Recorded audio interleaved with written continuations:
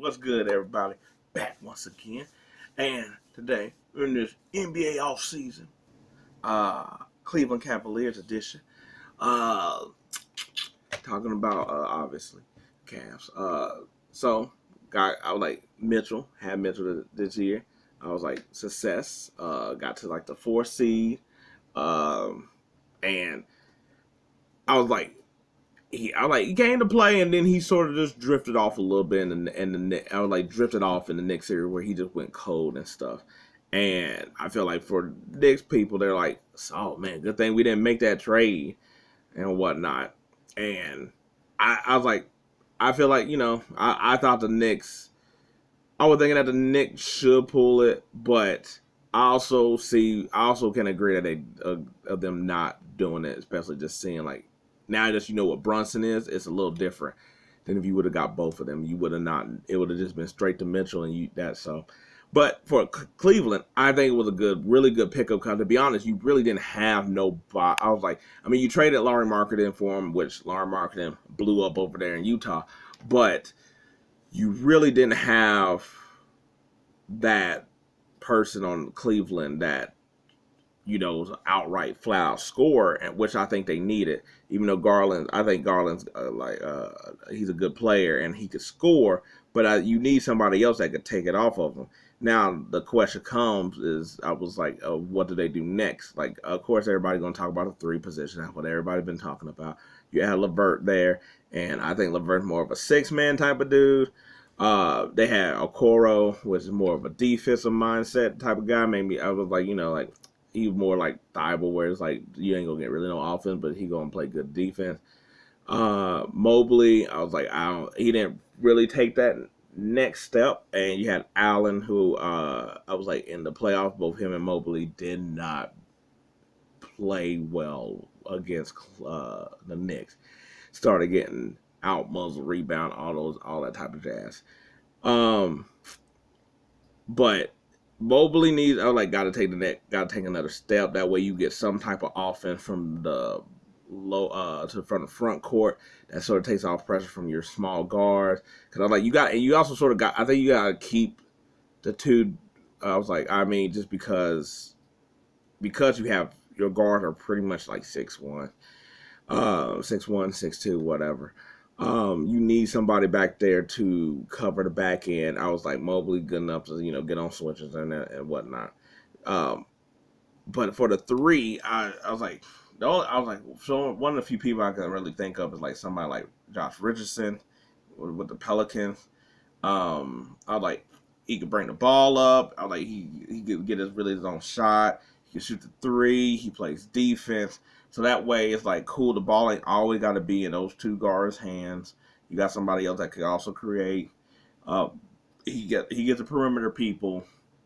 You also get somebody that's willing to take shots and shoot 3, so it ain't just one or the other. I was like, and you ain't gonna break the bank to really get them. And I don't really know what they really don't have really crazy enough, like nothing really to trade. I was like, I think they got like Rubio and Osman, but I don't think that's going to fetch you really anything worth anything. To me, it just really just like what is it that they're trying to really get, because they also need bench players too.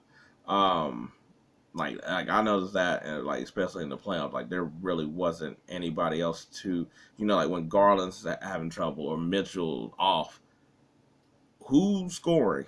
Is that really that kind of thing where it's like they need a little bit more firepower.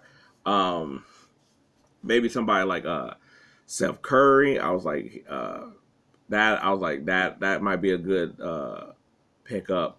But once again, this is small. I was like, small guard. Like that's sort of really the problem is that it's like they need the offense to score, but some of the people that's out there available is on the small side. I was like, I can't. I was like, yeah. That was like you. I was like, now if they were able to get somebody like Bogdanovich from Atlanta, or dude that's on Detroit right now. I think he's also a Bogdanovich or whatever. But those were two to be where I'm like, okay, cool. So it's like, cause I was like, I feel like you need somebody that could score more than like the fifth player. Like you're gonna keep a core, so you can have them out there when it's like those two, but I'm like, you need somebody else that could get buckets, and that could play okay defense. They ain't gotta be like stout. They gotta be okay. Um, but I was like, but I was like at this rate. Cause I was like Allen getting paid. I was like Garland signed an extension and Mitchell signed an extension, so you don't have a lot of free range or moves to really do anything. You don't have anything to trade, but I was like, I would have thought somebody like Dylan Brooks a while back, but I don't. I was like, not with this team. This team you won't want that. Maybe they snatch up somebody like Cam Reddish, from the Knicks. I'm just trying. I mean, not from the Knicks, from Portland. Just trying to think of like small like small money move that you can get, but you get like the reward is way above what you're gonna give them. It's really the sense. I was like, yeah, cause they can't. I was like, you wouldn't be able to snatch nobody like Trey Murphy. Like he'd be really good. Like he'd be an ideal player for this this team. But maybe I was like, nah, he probably cost a lot of money too. I don't think like but he's also not a three. He's also not a 3-point shooter. I don't know. I'm just trying to scramble in my mind just because they ain't really like, this ain't a big free agent year.